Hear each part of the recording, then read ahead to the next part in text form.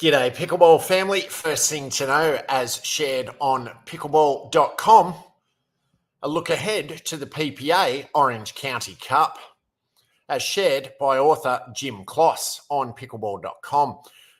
The PPA Tour takes over from MLP, Major League Pickleball, with this week's event from San Clemente, California. The Orange County Cup will be played at Lifetime Rancho, San Clemente. This will be a progressive draw beginning today, Monday.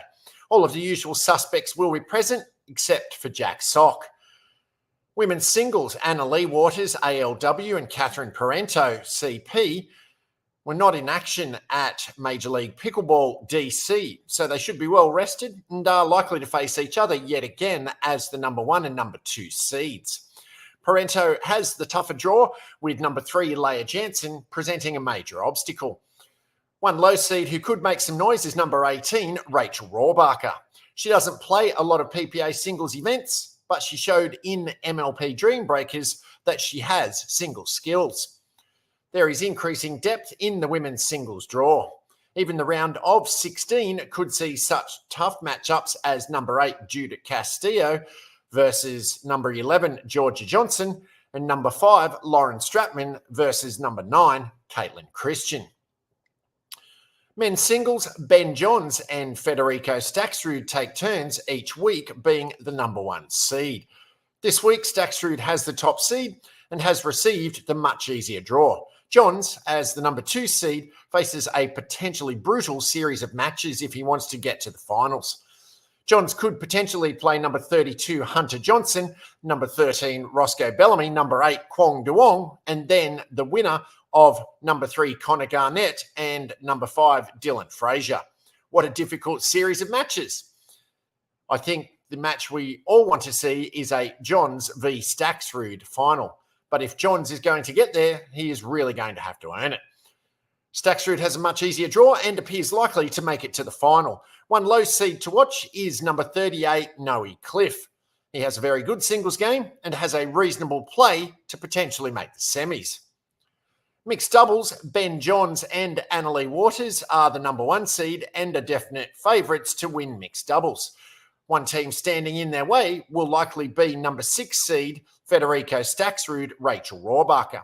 Staksrud Rohrbacher have been making progress in prior events and continue to look for a big signature win. Could this be the one? Anna Bright and James Ignatowicz take the number 2 seed, and they are always tough. One new team is number 5, Riley Newman, teaming with Leah Jansen. They look headed for a round of 16 matchup against number 9, Matt Wright and Lucy Kovalova. If that one happens, the stand should be packed, and there just may be some chirping involved. Talk about must-see pickleball. Women's doubles, to no one's surprise, the number 1 seed is the pairing of ALW CP. They have a favourable draw, so another gold medal appears likely. Anna Bright and Rachel Rohrbacher get the number 2 seed, but have a much tougher draw than the top seed. Bright Rohrbacher will have to get by, among others, number 4 seed of Etta Wright, Megan Dizon. A couple of lower seeds could make some noise.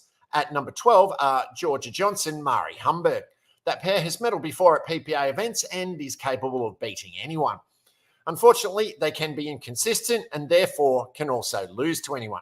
At number 13, Brooke Buckner and Chao Yi Wang team up. That's a combo of 2 solid players, and they have a draw that could lead to some success. Men's doubles, Ben and Colin Johns assume the top seed, as usual. The men's doubles draw is always the toughest and deepest to draw of any event. So they will, as usual, face a number of tough teams, although probably not until the quarterfinals in this tournament. The number 2 seed is JW Johnson, Dylan Frazier, and they have a decent draw and are, as always, a threat to win it all. One interesting match to hope for is an anticipated quarterfinal match between number 3 seed Federico Staksrud, Matt Wright, and number 8 seed Riley Newman, Zane Navratil.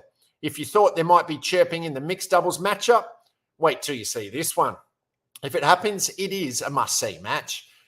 Another player to watch will be Kwong Duong. He, along with Donald Young, is seeded number 20.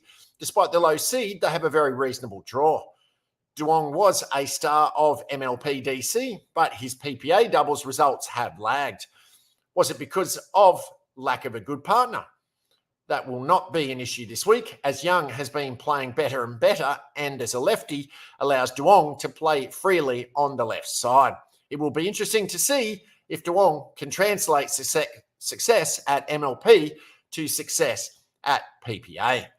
Thanks ever so much for making it this far into the update. Please be sure to hit subscribe and like, comment, and rate on the platform you're watching or listening to it on, so this and future episodes can be found by and shared with other fellow pickleballers. Second thing to know, as also shared on pickleball.com, Cliff in, Bellamy out for Miami.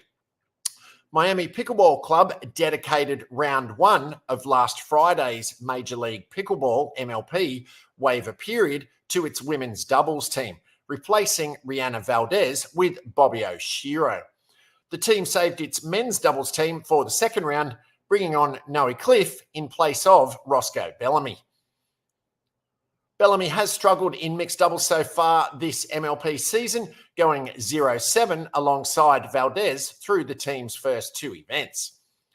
Cliff is somewhat of an unproven commodity himself, especially in mixed, but he is carrying some momentum from the quarterfinal runs in men's doubles at the recent Red Rock Open and Texas Open.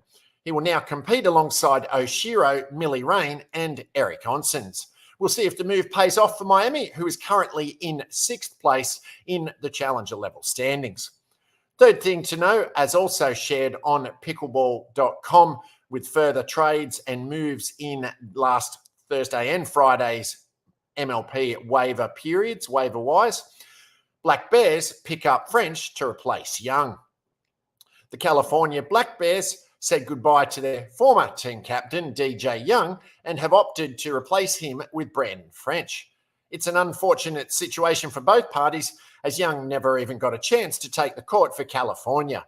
A wrist injury sidelined him during MLP DC, and it seems like that injury will sideline him long enough to warrant dropping him off the full-time roster. French will join forces with Susanna Barr, who California picked up to replace Emily Cedarquist earlier Friday, Amanda Hendry, and Rafa Hewitt. The Black Bears have their work cut out for them to make the playoffs after going 1-6 in their opening event. Paddles up!